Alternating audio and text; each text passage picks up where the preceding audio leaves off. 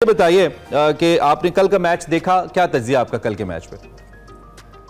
देखिए, पाकिस्तान की जो मिडिल ऑर्डर एक तो बैटिंग है वो बड़ी पाकिस्तान के लिए लम्हे फिक्रिया है। बाबर आजम ने नो डाउट 90 रन स्कोर किए, लेकिन ऑस्ट्रेलिया ने अपने नॉन रेगुलर बॉलर्स को आजमाया, जिसमें मार्नो स्लबोशेन शामिल थे, उसके अलावा डेविड वार्नर शामिल थे जिसने 2 ओवर में 41 रन दिए, और स्टीव स्मिथ भी कम गेन करते। इन सबको उन्होंने ट्राई किया, लेकिन दिलचस्प बात यह है कि चाचा की जो आप जिक्र कर रहे थे, मैं बड़ी देर से सुन रहा था। चाचा ने वाकई में जो इनिंग्स खेली है, अब देखना ये इमरान के सलमान अली आगा को खिलाते या सऊद शकील को, दोनों को आराम कराया, दोनों ने बैटिंग नहीं की कर। और शादाब खान के साथ उसामा मीर ने बॉलिंग की। अब देखना ये कि 2 लेग स्पिनर्स के साथ मुझे जो इनका माइंडसेट लग रहा है, वरना ये उसामा मीर से इतनी बॉलिंग नहीं कराते। तो पाकिस्तान के लिए एक फिक्र की बात, इमामुल हक की बैटिंग है, वो शुरू में आउट हो गए। चले प्रैक्टिस मैच था, लेकिन फखर जमान ने 22 रन किए, टच में नजर आ रहे थे। अब नेदरलैंड से हमारा मैच है परसों। अब उस मैच में पाकिस्तान किस कॉम्बिनेशन को आजमाता है, ये भी देखना होगा। बाबर देखें, मिडिल ऑर्डर में कल बैटिंग करने के लिए आए जब मुश्किल सूरत हाल थी पाकिस्तान के लिए, और उन्होंने इफ्तिखार के साथ अच्छी पार्टनरशिप की। मैं समझता हूँ वार्म अप मैचेस में, और दिलचस्प बात यह, कल वार्म अप मैच में इन्होंने मोहम्मद हारिस को खिलाया जो ट्रैवलिंग रिजर्व में मौजूद थे। मैंने पता किया आईसीसी के और दीगर जराये से, तो पता ही चला कि ट्रैवलिंग रिजर्व जो है वो खेल सकता है जब वार्म अप मैच है, लेकिन जो मेन मैच है उसमें तो वो हिस्सा नहीं ले सकता। तो अब देखते हैं क्या होता है, लेकिन all the best wishes for Pakistan cricket team. क्योंकि आपने नासिर हुसैन का एक ट्वीट पढ़ा होगा, उन्होंने कहा नेदरलैंड की टीम पाकिस्तान को हराने की पूरी कैपेबिलिटी रखती है, और नेदरलैंड की टीम में वैन डर मवी है जो साउथ अफ्रीका को रिप्रेजेंट करते थे, अब वो नेदरलैंड चले गए। कई क्रिकेटर्स ऐसे हैं नेदरलैंड की टीम में जो साउथ अफ्रीका की डोमेस्टिक क्रिकेट या अंडर 19 खेल रहे थे, वो नेदरलैंड आ गए।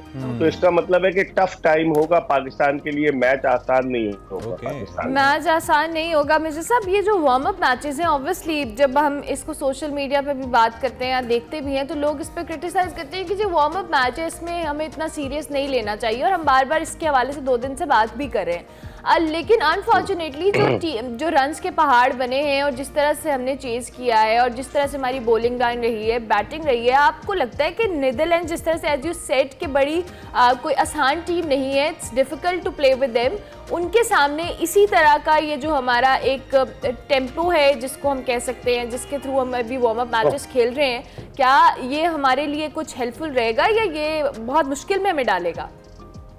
देखिए अरमला, जो पिच है, हम खुशकिस्मत हैं कि 12-13 दिन हम हैदराबाद में ही रहेंगे। खानों का आपको मैंने कल बता दिया था, आपके मुंह में पानी आ रहा था।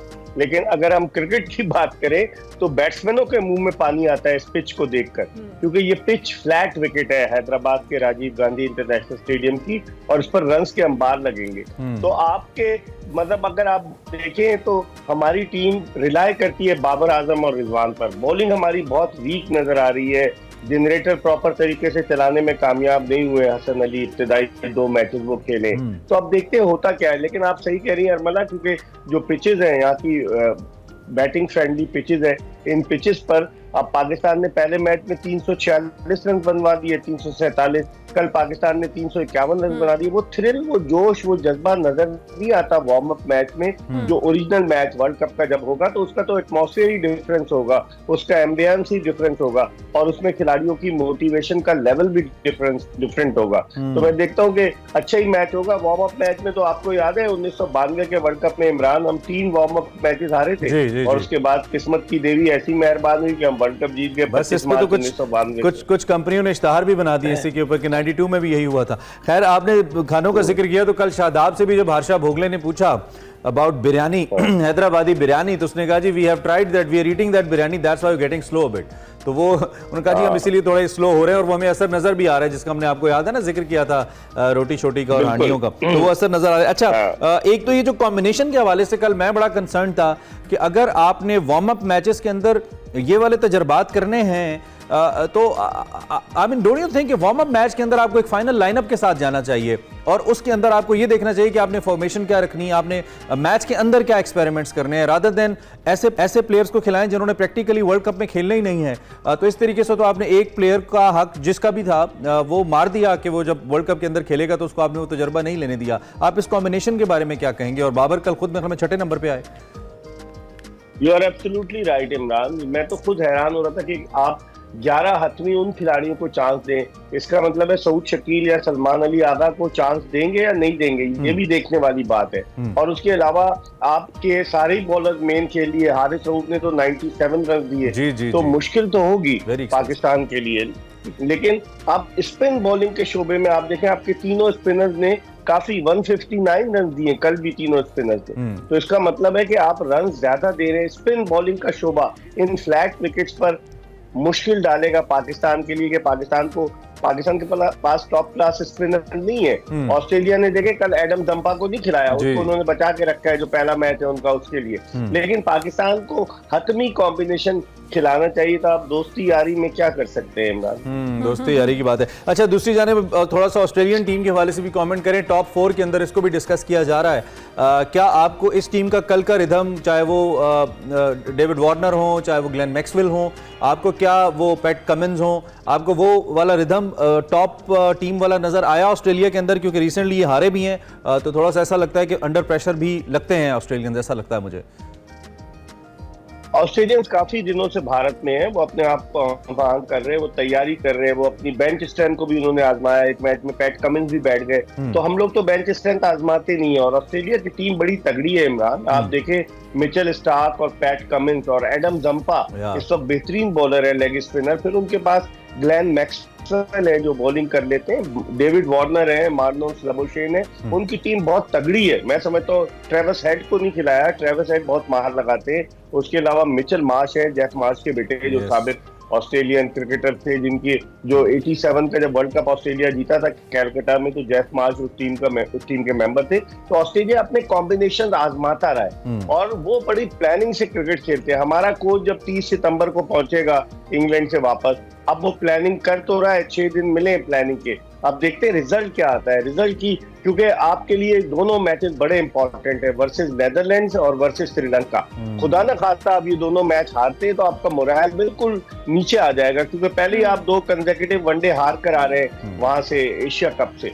तो अब देखते हैं कि कॉम्बिनेशन नियतों का दरअसल सारा कसूर है, कि अगर आपकी नियतें सही होंगी तो डेफिनेटली, और कौम की दुआएं, कब तक ये कौम दुआ मांगती रहेगी? आखिर कुछ उन लोगों को दुआएं शिफ्ट हो गई हैं मेरे साहब, वो बिजली के बिलों पे चली गई हैं अब। कौम के और बड़े मसले कौम के और बड़े मैं सुन रहा था, जी मैं सुन रहा था आप बिजली के बहुत सताए हुए लग रहे थे। हम सब बहुत सताए हुए मिर्जा साहब, बस अब ये बिजली भी हमारे लिए उस ट्रेन की तरह है जिससे आप सताए हुए हैं मेरे साहब। अच्छा, वो ट्रेन तो मिर्जा साहब उसकी तो मैं बाद में क्लास लूंगा। अच्छा मिर्जा साहब, दूसरी जानिब ये जो हम कल स्टेडियम के हवाले से बात कर रहे थे कि अभी स्टेडियम के जो विजुअल्स आए कल, एक यूट्यूबर ने स्टेडियम में जो गंदगी है सीटों पे, कि इतनी भारी भरकम अमाउंट की टिकट्स लेके अगर शायकीन स्टेडियम में जा रहे हैं तो बैठने की जगह तक साफ नहीं है। तो ये कहाँ पे इन्होंने किस तरह से इंतजामात किए हैं? ये तो बड़ा ऑफ साइड सीन लग रहा है मुझे। देखिए अरमला, हैदराबाद जो है VVS लक्ष्मण का शहर है, वेरी वेरी स्पेशल लक्ष्मण। फिर हैदराबाद मोहम्मद सिराज का शहर है, जिन्होंने तबाही मचाई थी अभी फाइनल में एशिया कप के। मोहम्मद अजहरुद्दीन का शहर है, और ये नया स्टेडियम इन्होंने काफी अर्सा पहले बनाया। पहले शिवलाल यादव का एक नाम से स्टेडियम था, लेकिन वो भी ऑफ स्पिनर हुआ करते थे भारत के, और मुझे अच्छी तरह से याद है तौसीफ अहमद ने उन्हें आउट किया था मार्च 87 में, कॉट बिहाइंड, और पाकिस्तान 12-13 रन से वो टेस्ट मैच जीता था बेंगलोर में। तो इस स्टेडियम की सफाई गालिबन वो इस वक्त इतना इंटरेस्ट उन्होंने नहीं लिया कि मैचेस हो रहे हैं। अब मेरे ख्याल में गैप आएगा, मेरे ख्याल में अब गैप आएगा तो आ रही है आपको? अभी आ रही है, जी अभी आ रही है जी। अगर गैप आएगा ना तो वो सफाई करेंगे, लेकिन असल पाकिस्तान का इम्तिहान होगा अहमदाबाद का, जहां मैं कल देख रहा था जनरल इंक्लोजर का टिकट इमरान ब्लैक में पाकिस्तानी करेंसी में 4,92,000 रुपए का बिक रहा था। आप अंदाजा लगाएं, ब्लैक जनरल इंक्लोजर का जो, हाँ ब्लैक में, और भारतीय करेंसी में 2 लाख रुपए का टिकट था। अब तो 3.9 का हो गया रुपी, इंडियन रुपी पाकिस्तान के मुकाबले। आप अंदाजा लगाएं कि किस तरीके से पाकिस्तान के लिए वहां पर एटमॉस्फेयर होगा। लेकिन दुआ करें कि मैच अच्छा हो, प्रेशर जो भी सस्टेन कर जाएगा, आसाब की जंग होगी, जो भी जीतेगा आसाब की जंग जीतेगा और मैच जीतेगा, और मैच जीत जाएगा। और ओवरऑल आप ये जो बयानात पाकिस्तान टीम के हवाले से आना शुरू हो गए हैं कि पाकिस्तानी टीम शायद, क्योंकि अब बहुत सारे एक्सपर्ट्स पाकिस्तान की मौजूदा कारकर्दगी के बाद पाकिस्तान को टॉप 4 में शामिल नहीं कर रहे, क्या आप भी पाकिस्तान को टॉप 4 में शामिल नहीं कर रहे?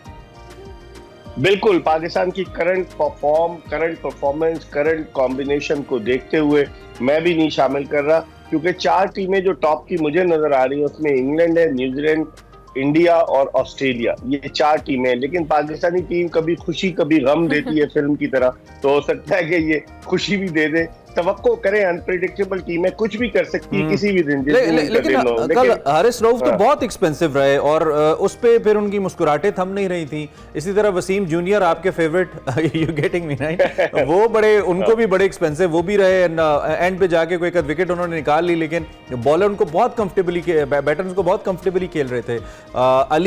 हसन अली थोड़े इकोनॉमिकल जरूर रहे, लेकिन वो भी कामयाब नहीं रहे, उन्हें कामयाब नहीं कह सकते। तो आपकी क्या इस पे क्या राय है हमारी पेस बैटरी को लेकर, पेस अटैक को लेकर, जो हमारी टीम की जान है ऑब्वियसली? वसीम जूनियर के बारे में कल एक क्रिकेटर ने तबसरा किया कि वो भारत गए हुए मथन चक्रवर्ती लगते हैं, क्योंकि चेन वेन वो अपने गले में पहनते हैं। तो लोग उन्हें अब्दुल रज़ाक से मिला रहे थे कि अब्दुल रज़ाक हो, लेकिन उनकी परफॉर्मेंस जो है यकीनन उसमें डाउनफॉल है। और हसन अली की परफॉर्मेंस में भी, हसन अली को देखें दोनों मैचेस खिलाए गए, इसका मतलब माइंड सेट यही है कि हसन अली को नीदरलैंड के खिलाफ मैच खिलाया जाएगा, नई गेंद उनसे कराई जाएगी शाहीन शाह अफरीदी के साथ। अब इमाद वसीम तो है नहीं, तो इसका मतलब यही हुआ कि इनकी परफॉर्मेंस, हसन अली हुआ, मोहम्मद वसीम जूनियर हुआ, जब ओरिजिनल मैच आएगा वर्ल्ड कप का असल, तो उसमें मोटिवेशन का लेवल ही और होगा, और उसमें टीमों का जो वो होगा ना परफॉर्मेंस का लेवल, वो बड़ा और बड़ी अच्छी बात आपने की कि जो टीम प्रेशर सस्टेन करेगी वो टीम ही बेहतर परफॉर्म करेगी। नो डाउट साहब, थैंक यू वेरी मच जी, बहुत शुक्रिया आपने हमें ज्वाइन किया। और अल्लाह सुब आज आपने अपना तजिया हमारे सामने रखा हमारी बड़ी खबर के अंदर। We are talking about cricket with the doctor of cricket Mirza Iqbal Baig साहब। इससे पहले कि हम साइन आउट करें फॉर अ ब्रेक, पाकिस्तान के स्टार बॉलर नसीम शाह के हवाले से आपको बताएं कि उनके कंधे की सर्जरी मुकम्मल हो गई है। ज़रा ये कहते हैं कि इंग्लैंड में नसीम शाह के कंधे की सर्जरी की गई है और सर्जरी के बाद नसीम शाह 4 से 6 हफ्ते आराम करेंगे और रिहैब मुकम्मल करने के बाद बॉलिंग शुरू कर पाएंगे। यहाँ पे ये भी याद रखना ज़रूरी है कि गुज़िश्ता माह एशिया कप में भारत के खिलाफ कंधे की तकलीफ का शिकार हुए थे और उनको सर्जरी तजवीज़ की गई थी, and that's why couldn't play the world cup. बिल्कुल, हम उनको स्पीडी रिकवरी के लिए दुआएं देते हैं, नसीम शाह जल्दी से ठीक हो जाए। उनकी कमी जो है टीम में शिद्दत से महसूस की जा रही है, लेकिन गेट वेल सून नसीम